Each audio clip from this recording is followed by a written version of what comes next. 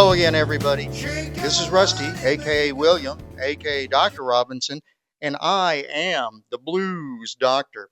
And this is my podcast, The Blues Doctor Recommends, and we're glad you're here today.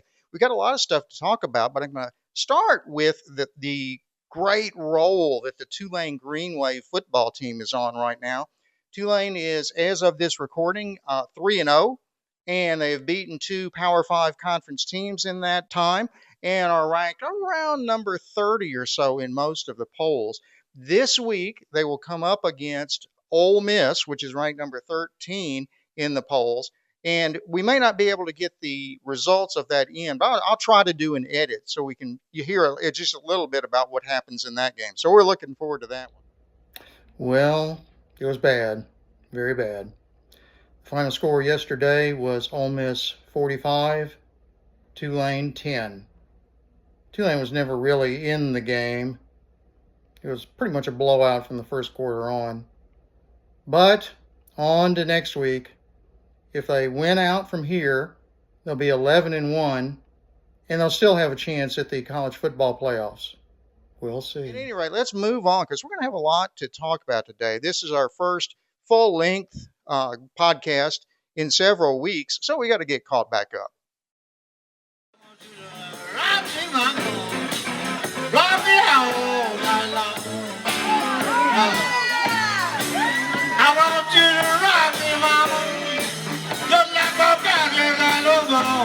So let's start out with the calendar. You know, I always enjoy looking this stuff up.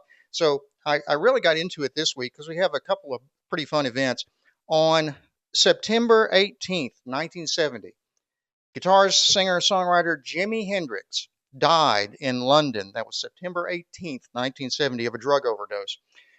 Jimi has been widely regarded as one of, if not the greatest guitarist of the rock and roll era. The Rock and Roll Hall of Fame described Jimi as, despite a career of only 4 years, he is arguably the greatest instrumentalist in the history of rock music.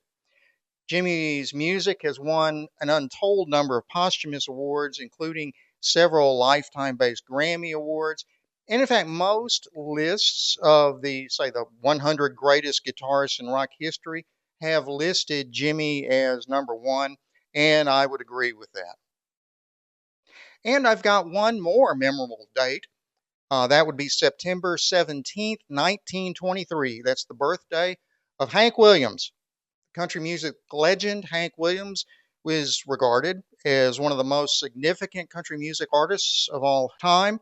Williams recorded 35 singles, 5 of which were released posthumously, that went on to be ranked in the top 10, and that included 11 that went on to number 1. Hank's songs have been covered by dozens, if not hundreds, of artists and have been hits in almost every genre you can think of also, including pop, gospel, blues, you name it. He's a member of multiple halls of fame, and I think you can argue that Hank Williams is the greatest composer, if not the greatest artist overall of all time in country music.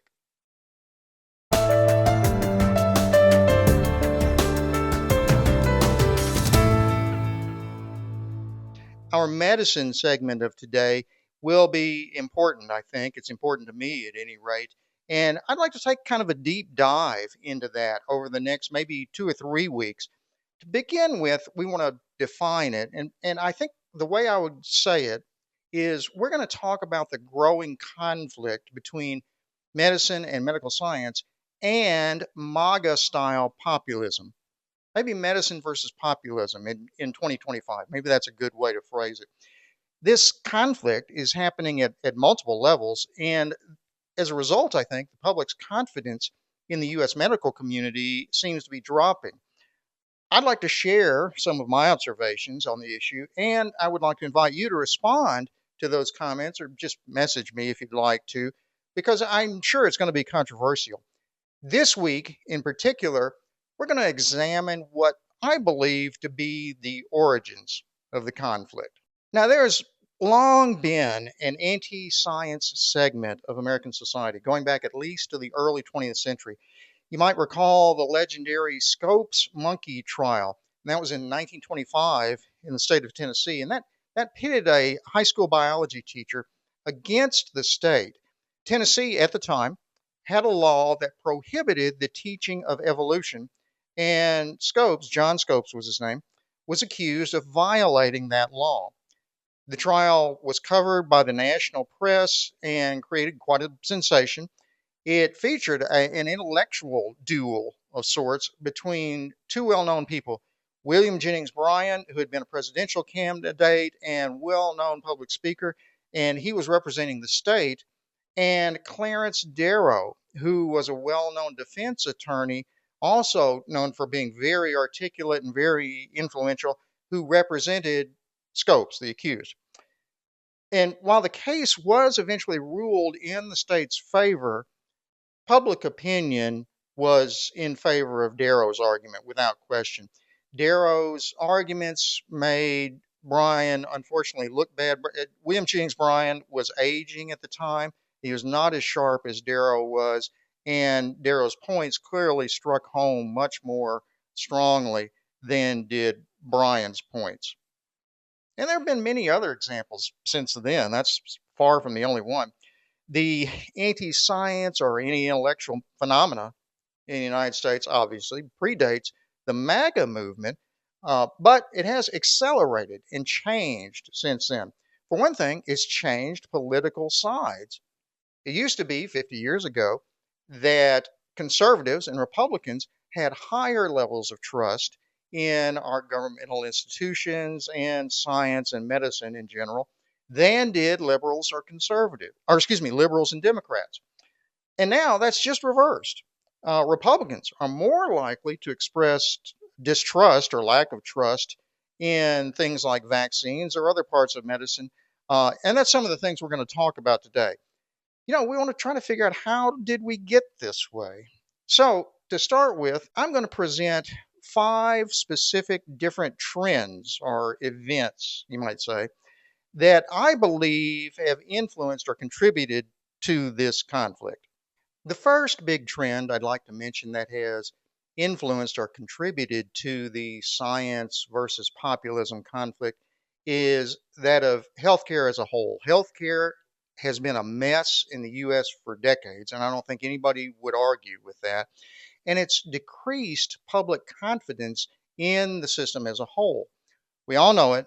Most Americans realize it's primarily a financial problem. The U.S. is, in fact, an outlier among Western nations, European nations, and Japan, and a few others, on healthcare. Virtually every other developed country in the world has some form of centralized healthcare program, which the U.S. lacks. The U.S. has always been a privatized, private based system that creates opportunities to make money for many different interests, in contrast to those centralized systems in Europe. As a result, there are many more fingers in the pie, so to speak, of the U.S. healthcare system by far than there are in any other. So, more segments of the U.S. economy are represented in healthcare than even the military or anything else you can think of. Just even the way we pay doctors is ridiculously complicated, and it puts the various medical specialties at each other's throats. Now, you want some evidence of the current inefficiency of the medical system? Well, here's some. So, in 1970, the ratio of doctors to administrative staff that was required to run a private medical practice was about 1 to 1. Okay. In other words, it took about one administrative person to manage the paperwork and other things that was generated by one physician in practice. Okay. In 2020, or 50 odd years later, that ratio was almost 5 to 1, meaning that the number of administrative positions needed to run a private practice, physician private practice, had increased by over 400%, while the number of doctors remained the same. Does that not imply inefficiency? Clearly. How about something directly involving healthcare and patient outcomes? More directly involving healthcare and patient outcomes. What specialty would you guess is more necessary or more valuable overall? Maybe that's a better way to phrase it. More valuable overall to society. Pediatricians, maybe? I think certainly most of us would agree that our children's health is invaluable. Or how about orthopedic surgeons who set our broken bones when we have accidents? But honestly, mostly what they do is replace knees and hips in the elderly, and the incidence of hip and knee replacement goes up the older you get. Now, that's certainly a good thing. I would definitely not argue that. But which specialty is actually worth more to our society as a whole? And the corollary of that is how should we pay pediatricians versus orthopedists? If you guessed that pediatricians make a lot less money than orthopedists in the United States, you'd be right. In fact, by a lot. The average salary of an orthopedic surgeon in the US is over 3 times that of the average pediatrician, despite the fact that pediatricians generally are, on average, put in more work hours than orthopedists do.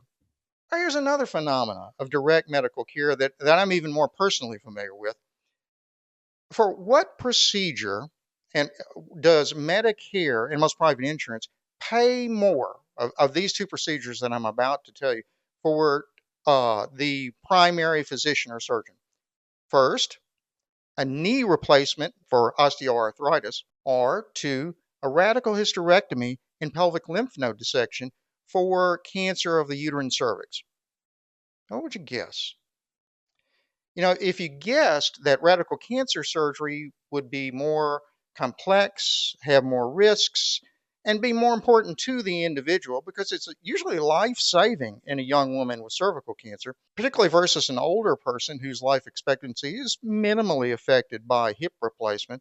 And again, I'm not saying that's a bad thing. It is a good thing if you can improve quality of life. I would tend to agree with you, as would most, I think, objective observers. However, Medicare and insurance don't see it that way. They will actually pay more to the surgeon, around $1,500, who does a knee replacement operation than they will to the surgeon who does radical hysterectomy, which is about $1,100. And the reason for that historically is that the orthopedists have been much better organized at the lobbying level than have most any other specialty, and particularly than gynecologic surgeons. I should have included here a discussion of the way that physician fees are determined. It's basically a zero sum game and is determined by something called the RUC, or RVS Update Committee. We'll talk about that in detail in another podcast. And a second reason is because the procedures that apply to women specifically, like radical hysterectomy or even radical mastectomy and a few other things, have generally been undervalued compared to procedures for men or just for the general population. And that is an ongoing thing. The amount that orthopedists have been paid has declined. I will acknowledge that has declined in recent years, but so has the amount paid to GYN surgeons and almost everybody else. So that gap is still significant. And here's another example of inefficiency in healthcare. And this one is even more personal for me. When my son was born, and this was 1995, he developed a severe pneumonia pretty much immediately at birth. And it was so bad that he had to go on what's called ECMO, or extracorporeal membrane oxygenation. Basically, artificial lungs were used to breathe for him until he recovered enough from the pneumonia to be able to breathe on his own again. And he was on ECMO, on that procedure or that machine, for about a week. In total, he spent about a month in the newborn ICU before coming home. And thankfully, he did not have any long term complications and he's doing fine now. So we're very thankful for that. But how much would you guess all of that cost? Well, for the following 6 months or so, we received at our house in the mail at least 5 to 10 different bills for things associated with that hospital stay every single day, Monday through Saturday, for everything you could think of, in everything from pathology to the anesthesia bill to payment for medications like antibiotics or sedation, to supplies, everything, including the little bonnet they put on the baby's head in the nursery. Yeah, we had billed for that too. And that was all in addition to the fees to the doctors who were seeing our son, and almost every specialty in the hospital, it seemed like, ended up seeing him at some point. And that was despite the fact that all the care was provided at one academic hospital where I worked and was insured by. At any rate, as best we could tell, the total bill ended up being somewhere around $500,000. And that was a very rough estimate. And that required hundreds, if not thousands, of phone calls and other messages to come up with that amount.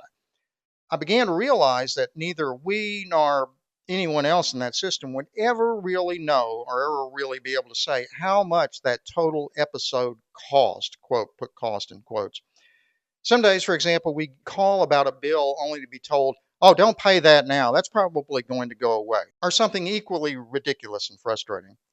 Not uncommonly, we'd receive what appeared to be a bill, and you would open it and you'd find a list of charges up in potentially the thousands. And then at the bottom of the bill, it would say something like, don't pay this amount. What's that about? Why even send it? The inefficiency of the system, the complexity of the system was just ridiculous. Finally, after all the dust had settled, as best we could tell, we ended up paying somewhere around $5,000 total to all the various providers. And we do credit our private insurance for covering much of that. But we also realized the fact that as insiders, in other words, insiders in the medical system and in the hospital in particular, we knew much more about how to manipulate that system in ways that most people don't. In other words, that people who were not in the healthcare system would have no idea how it worked or how to manipulate it. And that helped significantly in keeping our out of pocket costs down. So I think what you can infer from that is as we did, is that the massive inefficiency of the system was and is a large reason for the massive costs we see and that we can't understand.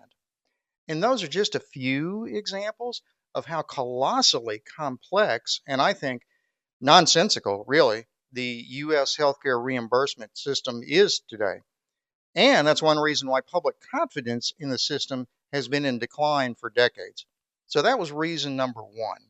Okay, let's go on to number two. So this is number two is something I've kind of titled the rise of big pharma. Particularly the rise of big pharma is a negative perception, and I think that includes direct-to-consumer advertising for medical therapies, both drugs and procedures. Now, since the late 90s or so, the use of print and video advertising for new drugs by pharmaceutical companies has just exploded. They're everywhere now. They spend more money on advertising for medications for erection problems like Viagra, which, by the way, is the most profitable new medication launch in history.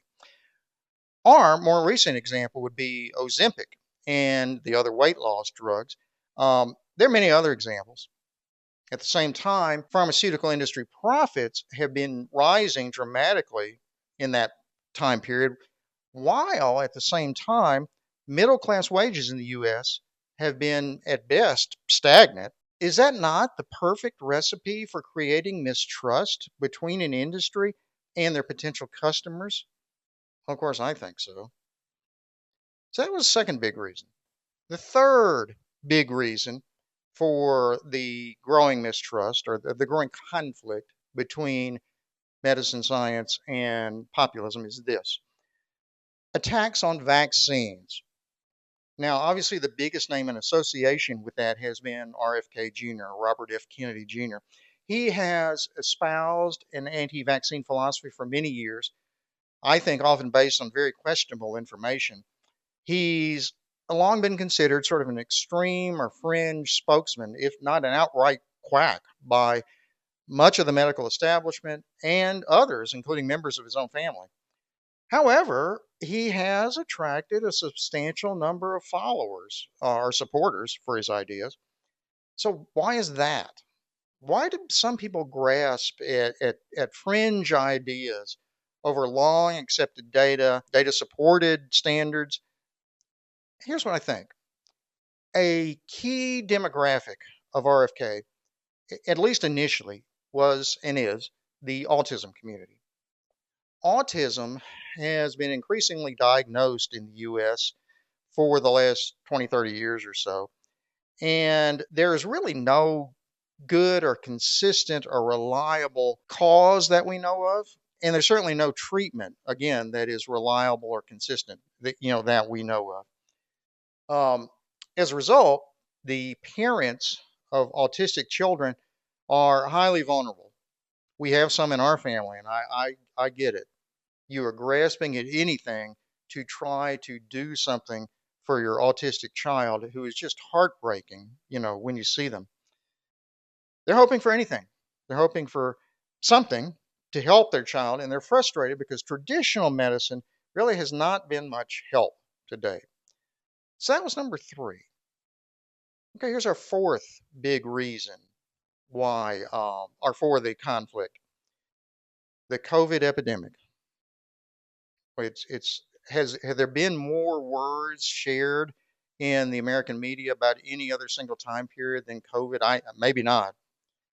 This was clearly a nearly unique experience in American history, and with also clearly mistakes were made, no doubt in my mind. Clearly, masking and social distancing and things like that, they were minimally useful, if at all. Also, we badly damaged our economy by requiring that most businesses closed for so long. Maybe the worst part of it was the prolonged school closures, which the cost of which to our children was probably immeasurable. They lost, a year or more of time in their education and maturity process that they'll never get back. And some of our physician leaders handled this situation very poorly, which again reduced the level of trust among the public. But the value of COVID vaccines is not as easy to judge. In other words, we could say many of those other things were probably mistakes, and I'd be willing to give most of the people who made them the benefit of the doubt because we had never really faced a situation like that before. Yeah, masking and social distancing didn't work, but what else are you going to do? Particularly when we really didn't know how bad the virus was going to be. But that's not the case with COVID vaccines. The COVID vaccines clearly had some value. There's no question that the vaccines both reduced the number of new infections and it reduced the severity of the infections that did occur in people who were vaccinated. Were there side effects to the vaccine? Sure. No vaccine that we know of, no vaccine that's ever been created by man is completely risk-free. But the vast majority of medical professionals believe the risks were far outweighed by the benefits of the COVID vaccine. Further, the vast majority of medical professionals who supported the COVID vaccine received no financial benefit. It's not as if they were being paid off. The drug companies, the pharmaceutical companies, were not paying the vast majority of physicians who supported vaccination any money at all. They were doing it based purely on their own beliefs, their own understanding of what vaccines are and what the system is. Nevertheless, the response of medical and political communities to COVID, without doubt, damaged public trust. There's no doubt in my mind that happened. Well, let's go on to number five, and I've titled the fifth cause of the conflict, or fifth contributor to the conflict, attacking or defunding science based on ideology. And this is a little more recent. In fact, as I mentioned 3 or 4 weeks ago, before on the podcast, the District of Columbia-based U.S. District Attorney recently sent a series of letters to the editors of a number of academic medical journals in the United States, including the New England Journal of Medicine. And these letters seem to threaten the tax exempt status of those journals if they published papers whose data or conclusions disagreed with MAGA or MAHA, Make America Healthy Again, policies or preferences. At least it inferred that. Those letters inferred that. So far, most of the journals involved have responded by denying any political bias and by explaining that they are not intended to be public forums to begin with. In other words, they're not like traditional newspapers or social media, but in fact, medical journals were intended to help physicians make decisions about complex medical treatments and what was best for patients. It would be virtually impossible for the general public to fully grasp the very technical and very specialized language and data used in most medical journals. As I mentioned in my previous podcast, I'm a gynecologic oncologist. I spent many years in training and continued to learn for many years after that. I published over 100 peer-reviewed manuscripts. I've obtained millions of dollars in federal funding to do research into a variety of cancer-associated things. And I can barely understand most journals that are not specific to what I do. In other words, if they're not cancer, they're not gynecology, or some combination thereof, boy, I really have a hard time following New England Journal articles. Given that, I think it's highly unlikely that the general public or politicians, particularly them maybe, would be able to grasp any potential political bias in a standard medical journal. Therefore, the journal publishers don't really have any motivation to try to sway public opinion because the public won't understand what it's about anyway. And I think that's a good thing, actually, for the reasons that I stated before a few weeks ago. Another thing, I think, under that general category of attacking or defunding medical education, medical journals, and so forth, has been even more recent than that. The replacement of the ACIP committee and the replacement of the CDC director, which occurred within the last month or so. RFK Jr., as the Secretary of Department of Health and Human Services, replaced the entire Advisory Committee on Immunization Practices, or ACIP committee, with other people who, mostly doctors, who agreed with his anti-vaccine policy. Most of those appointees had little or no academic credentials. In other words, they had few or no peer-reviewed publications or research that was recognized in the area of vaccines. I'm personally aware of one of those new appointees whose name is Dr. Evelyn Griffin. Dr. Griffin's an obstetrician gynecologist who has been well thought of in that field from Baton Rouge, Louisiana. So she's pretty close to where I have been for many years. And she's been an active skeptic of current vaccine policies, particularly the childhood vaccine schedules. And in particular, she has been a critic of the COVID vaccine. She has essentially no academic credibility on vaccines, is noted in her DHHS bio. Here's how it reads. Evelyn Griffin, MD, obstetrician gynecologist, Baton Rouge General Hospital, Baton Rouge, Louisiana. Dr. Griffin is board certified in obstetrics and gynecology, lifestyle medicine, and functional medicine. With 15 years of clinical experience, she was among the first robot-assisted gynecologic surgeons in the U.S. and has led efforts to reduce maternal morbidity and mortality. And that's great. That's all fine. But it doesn't have anything to do with vaccine science. I would think somebody who works that hard in reducing maternal morbidity and mortality would have a whole lot of time to do a lot of research into vaccines. Dr. Griffin's major credential, as per the local newspapers, seems to be the fact that she has spoken at a large church in Baton Rouge, and that is Reverend Tony Spell's Life Tabernacle Church in Baton Rouge. You may remember Reverend Spell's church was very vocal in opposing church closures, or the requirement that churches close during COVID. And Reverend Spell specifically called out the Louisiana governor at the time, John Bell Edwards, to oppose it. And it made the national news as a result. That is, that the fact that Reverend Spell's church was in conflict with the governor's wishes. Now, I've lived and worked in South Louisiana for many years, and I know something about the great majority of obstetrician gynecologists in the area, but I don't know Dr. Griffin personally. I'll put that up front. However, a close friend and MD colleague of mine does know a good bit about Dr. Griffin and has characterized her as a bit of a self promoter, as I think we all are, who are basically running a private business, who potentially exaggerates her knowledge of vaccines to support her political philosophy, which seems to be right wing, basically. So that's one example. Let's look on to the other one, and that was the resignation of the current CDC director. Her name was Dr. Susan Monterez. I hope I pronounced that right. She was, in fact, the director of the Center for Disease Control, and she was recently fired or forced to resign. It's not clear to me which happened from that position. She had been nominated by President Trump in January of 2025 or January of this year, just whatever that was, 7 months ago. And she was confirmed in March of this year by the Senate, 51 to 47, on a straight party line vote. In other words, the Republicans voted for, the Democrats voted against her.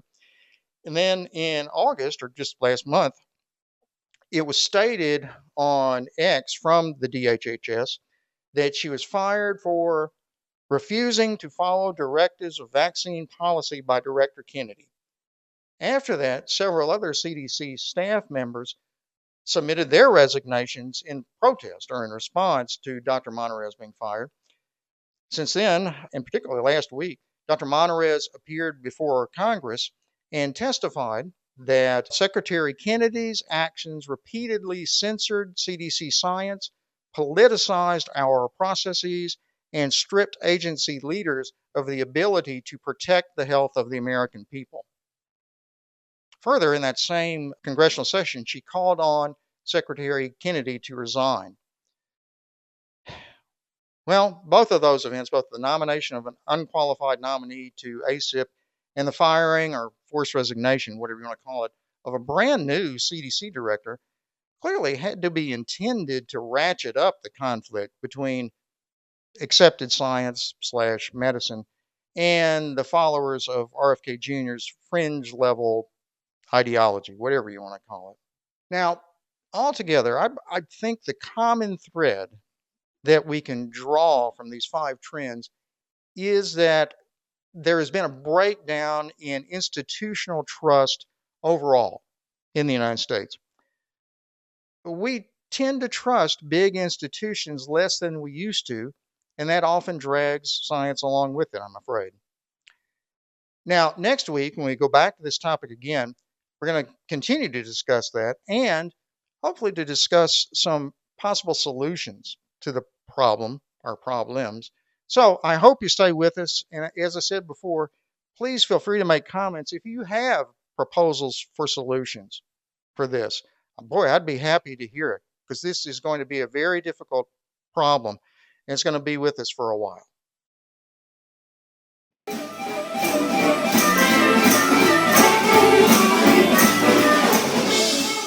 But now, you know what? Let's take a break from all that serious stuff and lighten up a little bit with some good New Orleans music. How about that?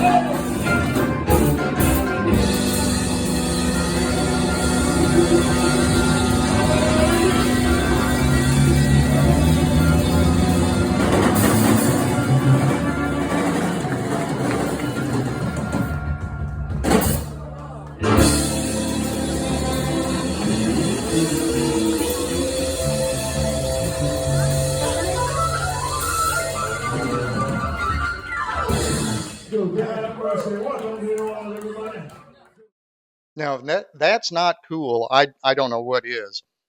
That song was called Hey Pocky Way, which was a hit from the 1981 album by the legendary New Orleans band The Meters. The album was called Rejuvenation. That song has become a New Orleans classic, and it's really based on the calls of the so-called Mardi Gras Indian groups, which were and are basically social clubs based in black neighborhoods. The actual phrase "Hey Pocky Way" is thought to mean something like "Get out of my way, white man, or I'll hurt you," and it was a way of saying it in code, in a sense, so that the Mardi Gras Indians could communicate with each other without potentially the white man knowing about it. And those calls and the Indians groups in general were in part a expression of the frustration of the poor black communities in segregated New Orleans, and still are to some degree. So anyway, that's a explanation basically of Hey Pocky Way, which is just a cool song. And that's about all we have for now. We're going to continue or resume our deep dive into this conflict between science and populism next week on the podcast. And I hope to look at some proposals to ameliorate or lessen the negative impact of the problem. Ameliorate. Do you like that word? Ameliorate? That's pretty cool. That can be our word of the day this time. We'll have to look that up later on. Um, anyway, I'd like to share some of my personal ideas about potentially fixing the problem next week, and I'll even share some of your experiences or your ideas if you communicate them to me. So I would encourage you to do so, please. So, as I usually say at this point, please watch next week's podcast. Okay? See you later.